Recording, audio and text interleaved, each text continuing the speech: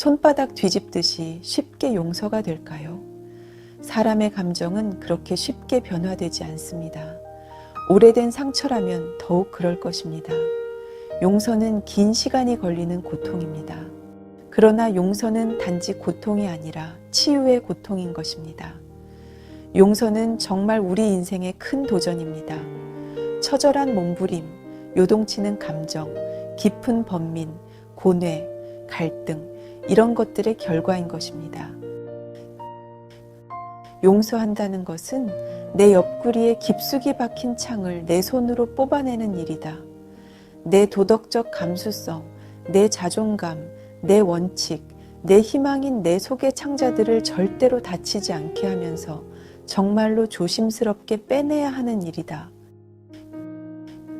용서할 준비가 안 돼 있는 사람에게 용서를 강요할 수 없습니다. 용서는 자유의사를 가진 사람이 상대방에게 자발적으로 주는 선물이고, 개인의 자유에 대한 인정과 존중이 없는 용서란 있을 수 없는 것입니다. 상처가 가득한 사람이 자기 의지대로 베풀 수 있는 것조차 박탈되는 용서는 진정한 용서가 아닙니다. 잘못된 용서는 망각, 묵인, 아량, 인내로 혼동합니다. 잊어버리거나 참는 태도도 적절하지 않습니다. 그리고 결코 도움도 되지 않습니다. 때로는 피해자의 삶을 더 비참하게 만들고 진정으로 이웃을 사랑하라는 의무조차 저버리게 됩니다. 그리고 용서를 의무로 여기는 경우에는 오랜 악행을 묵묵히 감내하게 될 가능성이 커진다고 합니다. 용서 쏠림 문화의 위험성은 용서가 온당치 않는 상황에서도, 그러니까 지금 폭행을 당하고 있는데도 피해자가 용서할 수 없음을 자책하게 만들기도 합니다. 용서 부추기는 행동은 거짓 용서를 부르기도 합니다.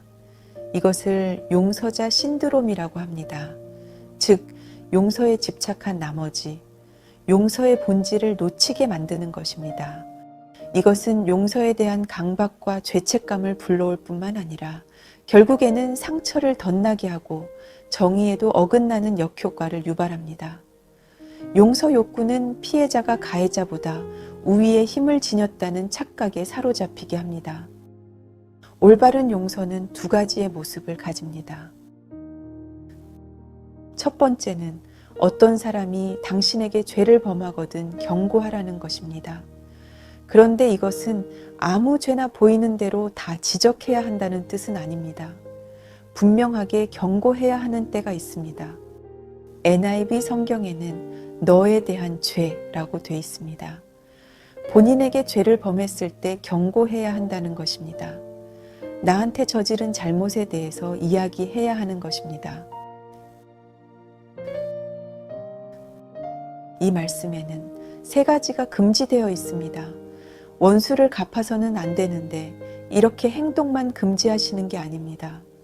여기서 미워하다는 지위를 떨어뜨리다, 경멸하다는 뜻이 있습니다. 아예 마음으로 미워하지 말라는 것입니다. 또 하지 말아야 할 것은 원망하지 말라는 것입니다. 이런 관계에서 할 일은 견책하고 사랑해야 합니다. 견책이라는 단어는 상대방의 잘못을 솔직하고 날카롭게 지적해야 한다는 뜻입니다. 그러면 내가 그의 죄에 대하여 죄를 담당하지 않는다고 했습니다.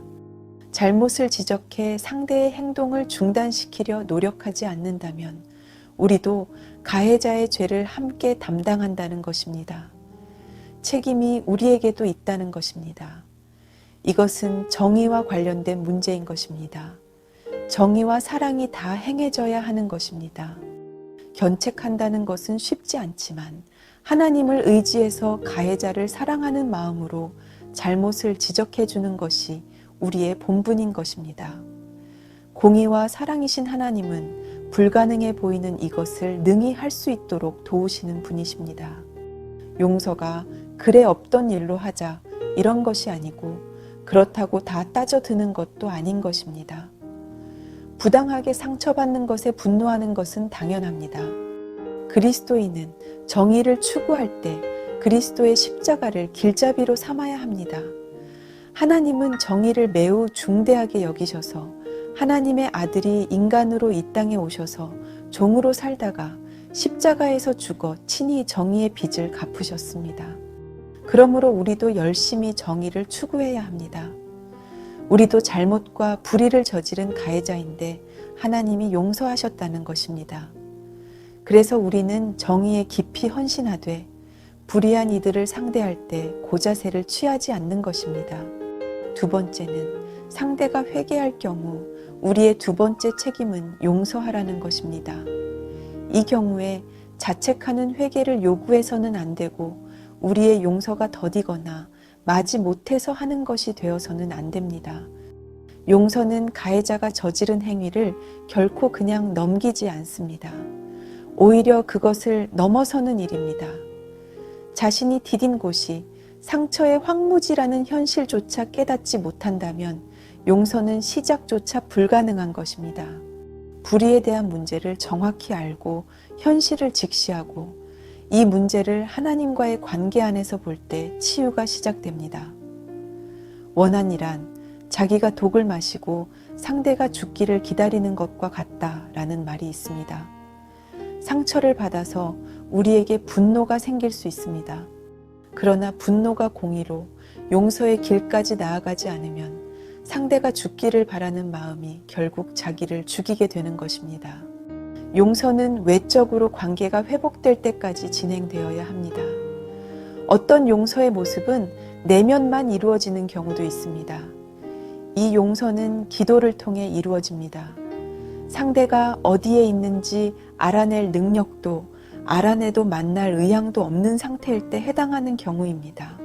가장 바람직한 결과는 화해를 통한 치유지만 화해가 불가능한 경우에도 자신의 마음을 지킬 수 있습니다. 성장하거나 삶을 즐기는 것이 불가능할 정도로 마음이 피폐해지지 않도록 말입니다. 화해는 용서가 없이는 불가능하지만 용서는 화해가 없이도 가능한 것입니다. 용서는 어떻게 해야 할까요? 용서할 수 있는 첫 번째 마음은 가해자와 자신을 동일하게 여기는 것입니다. 진정한 용서는 언제나 가해자가 온전히 바르게 변화되고 관계도 온전히 회복되기를 바랍니다. 그러나 설령 화해가 이루어지지 않더라도 그래도 우리는 말씀처럼 여전히 마음으로 용서할 필요와 의무가 있습니다. 자신도 죄인이고 가해자도 죄인임을 깨닫는 것이 용서의 첫걸음입니다. 두 번째는 가해자의 빚을 그에게서 받아내지 않고 속으로 자신이 부담하는 것입니다. 용서는 두 가지의 원어적 의미로 사용됩니다. 사람을 계산적으로 대하지 않고 너그러이 베푼다는 뜻이 있는데 용서는 선물처럼 용서 또한 은혜와 사랑으로 주어지는 입니다. 또 다른 단어로 면제, 사면이라는 뜻을 가집니다. 사람을 법적인 의무나 부채에서 벗어나게 한다 라는 뜻이 있습니다. 용서에는 늘 대가가 따릅니다. 빚을 탕감해주는 채권자는 채무자 대신 자신이 빚을 갚거나 부담해야 하는 것과 같은 것입니다. 용서를 베푸는 사건은 순간일 수 있겠지만 용서하는 사람에게는 시간이 걸리는 내면의 과정이 반드시 있습니다. 이것이 기독교적 의미의 용서의 핵심인 것입니다. 복수하지 않고 비용을 자기가 부담하는 것입니다. 그래서 용서하는 쪽에서는 늘 비싼 대가를 치러야 합니다. 하지만 비용보다 유익이 큽니다. 받을 자격이 조금도 없는 가해자에게 선물을 주는 것입니다. 용서는 늘 일종의 자발적인 고생이며 더 큰 선을 이루는 것입니다. 하지만 용서하는 그 과정은 마음의 짐을 벗어버린 내가 원래의 내 모습으로 되돌아오는 일인 것입니다. 상처를 잊는 것이 아니라 상처의 기억이 남은 자신의 삶을 지배하지 않도록 하는 것입니다. 이렇게 하기 위해서는 정서적으로나 영적으로나 충분히 부유해야 합니다. 그리스도 안에서 하나님의 사랑을 풍성하게 경험한 이들은 다른 사람에게 너그러울 수 있습니다. 마지막으로 가해자가 잘 되기를 바라야 합니다.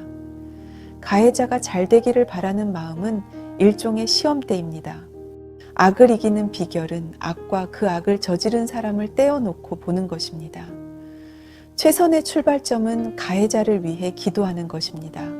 먼저 느껴질 때까지 기다린다면 끝내 용서를 베풀지 못하고 분노의 감옥에 갇힐 뿐인 것입니다. 그래서 용서는 의지적으로 행동하는 것입니다. 용서는 감정 이전의 훈련입니다. 지금부터 날마다 할 수 있는 일입니다. 그러다 보면 결국 마음이 완고해지지 않고 부드러워져서 여러분은 감옥에서 나오게 될 것입니다. 상대방에게 빚을 면제하는 대신 갚으라고 요구하고 싶은 마음이 계속 생길 수 있습니다. 갚으라고 요구하는 마음은 다음과 같은 모습으로 나타납니다. 신랄한 말로 과거를 끄집어낸다. 다른 사람들을 대할 때보다 훨씬 더 까다롭게 그를 대하며 지배하려 든다. 독선적인 자비로 벌을 내려 그에게 굴욕감을 안겨준다. 그를 피하거나 노골적으로 또는 은근히 냉대한다. 적극적으로 그를 해치려고 그의 소중한 무언가를 빼앗는다. 다른 사람들에게 경고해 준다는 명목으로 가해자를 헐뜯는다. 위로받고자 상처를 털어놓는다는 명목으로 가해자를 헐뜯는다. 마지막으로 가장 많이 하는 행동이 있습니다. 가해자의 행위를 녹화해 두었다가 재생한다. 즉 기억 속에 시시콜콜 생생하게 떠올려 분노와 적의를 되살린다. 가해자가 실패하거나 고통을 당하기를 기원한다. 우리는 이것을 하지 말아야 합니다. 가해자의 잘못을 비디오처럼 상상 속에 재생한다면 그의 문제점과 자신의 훌륭함을 비교하는 것입니다. 거기서 자기 연민과 독선이 싹 틉니다. 내가 얼마나 힘들었는지 아무도 모른다는 감정만큼 독해지게 하는 것은 없습니다. 내면에서 보상 심리가 작용하기 때문에 악에 빠지기가 더 쉬워집니다. 상대를 향해 분노와 냉담함과 악한 감정을 품고 있으면 그만큼 자신이 더 정당하다고 느낄 수 있습니다.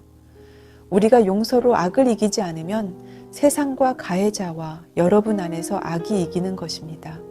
상대를 위해 기도하면 상대에 대한 우월감을 품지 않게 됩니다. 그러면 계속 분노하지 않을 수 있습니다. 우리는 상대에게 그의 잘못을 말하는 것은 진실을 말하는 것입니다. 하지만 그 목적은 상대에게 상처를 입혀 안갚음하려는 게 아니라 선을 추구하기 위해서입니다. 잘못을 지적하되 복수하지 않는 것, 그게 바로 용서인 것입니다. 용서는 가해자나 다른 사람들, 심지어 자신에게도 그 일을 다시 거론하지 않겠다는 약속이며 상환을 요구하고 싶어질 때마다 유혹을 물리쳐야 합니다. 이 모든 것은 쉬운 일은 아닙니다. 그래서 사도들도 이렇게 외친 것입니다. 믿음을 더하소서. 예수님께서는 겨자씨만한 믿음을 가지라고 하십니다. 믿음은 불가능을 가능하게 합니다. 그리고 행동하게 합니다. 실천할 수 있는 살아있는 믿음은 작지만 씨앗처럼 생명이 있고 자라나는 것입니다. 우리는 할 수 없지만 예수님을 의지해서 보이지 않는 아주 작은 씨앗과 같은 믿음으로 시작하는 것입니다. 용서의 결과는 부활입니다. 피해자는 이제 더 이상 피해자나 부당한 상처에서 살아남은 생존자가 아니라 승리자로 거듭나는 것입니다. 상대를 꺾어서 이기는 것이 아니라 오히려 가해자에게 치유와 자유의 기회를 주는 선물입니다. 용서하는 마음은 죽음이 아닌 삶을 선택하는 것이고 그 대가로 피해의식이 지배했던 과거 대신 새로운 가능성이 열리는 미래를 얻는 생명의 부활인 것입니다. 용서는 해줄 수 있는 힘이 있어서 혹은 그렇게 하는 게 도덕적으로 옳아서 하는 일이 아니라 하나님에 대한 관계 그리고 서로에 대한 관계의 본질을 보여주는 일인 것입니다. 하나님만이 심판자의 자격이 있고 우리는 오히려 심판받아야 할 존재입니다. 예수님이 우리 대신 하나님의 심판을 받으셨습니다. 십자가를 바라보면 상대는 나와 같이 죄성을 가진 사람입니다. 악은 우리 마음속에도 있기 때문입니다. 이것을 아는 것이 겸손입니다. 이 겸손이 우리를 복수의 자리로 가지 않게 합니다. 용서는 여러분의 성품이 깊어지고 사랑과 평안을 얻게 할 것입니다. 그리고 궁극적인 화해를 통해 가정과 여러분이 속해 있는 공동체가 회복되는 것을 보게 될 것입니다.